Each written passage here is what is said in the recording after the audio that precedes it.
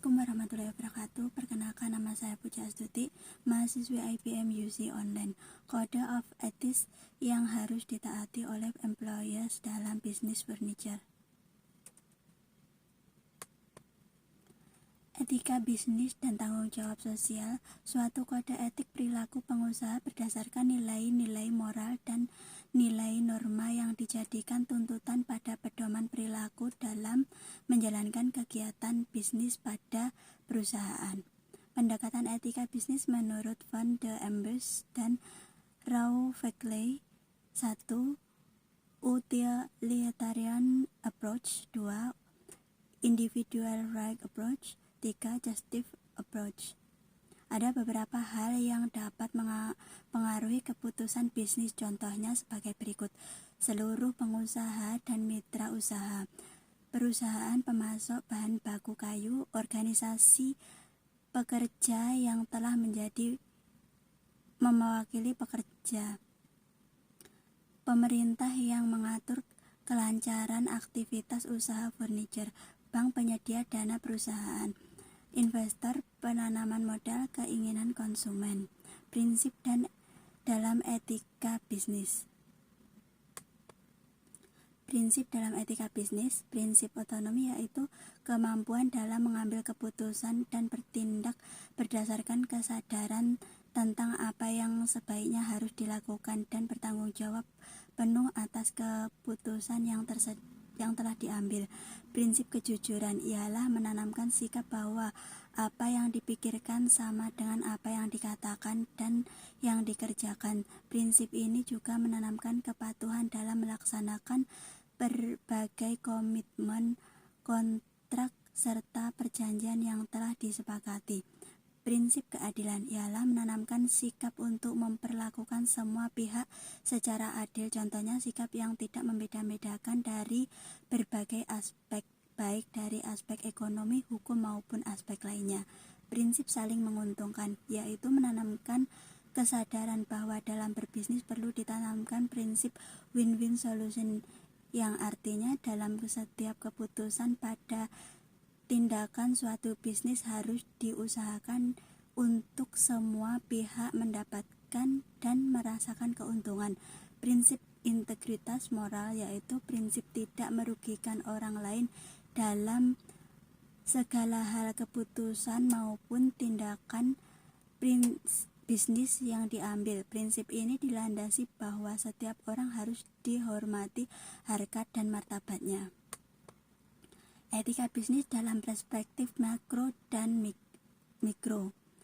Perspektif makro yaitu market system berperan lebih efektif dan efisien daripada common system dalam mengalokasikan barang dan jasa. Kondisi yang diperlukan market system untuk dapat efektif: hak untuk memiliki dan mengelola usaha, kebebasan dalam memilih barang dan jasa, ketersediaan informasi yang lengkap, akurat, berkaitan dengan barang dan jasa. Pengaruh dari perilaku tidak etik pada perspektif bisnis makro. Penyogokan atau penyuapan akan mengakibatkan berkurangnya kebebasan memilih cara dalam mengambil keputusan, dalam mengurangi kompetisi yang efektif antara pelaku bisnis dengan ancaman agar tidak berhubungan pihak usaha lain. Descriptive information, pencurian dan penggelapan. Perspektif mikro yaitu etik identik dengan kepercayaan terhadap rantai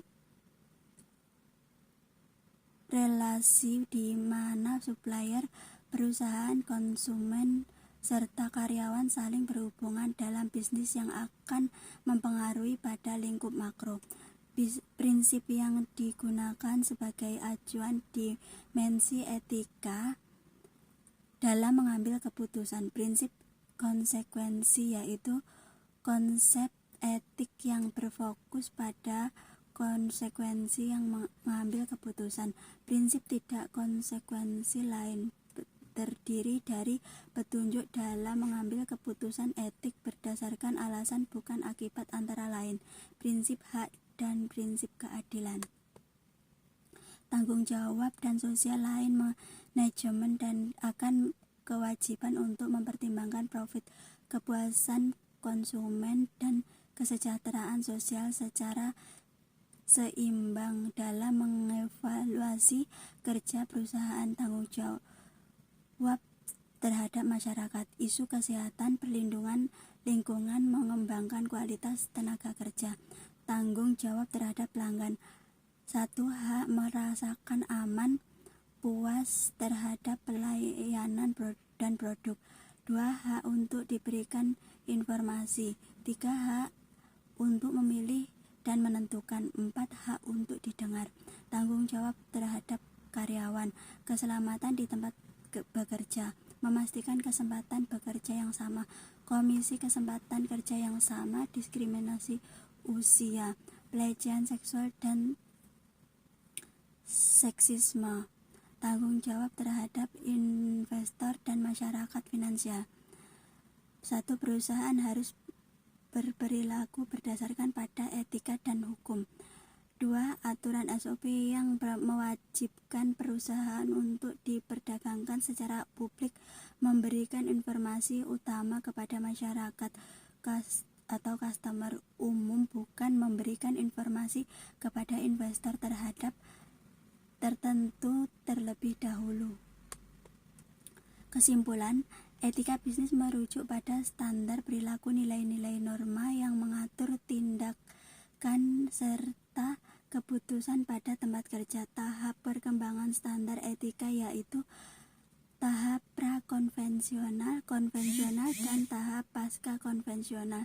Tanggung jawab sosial yaitu menerima manajemen akan kewajiban guna untuk mempertimbangkan profit, kepuasan konsumen, dan kesejahteraan sosial secara keseimbangan dalam mengevaluasi kinerja perusahaan.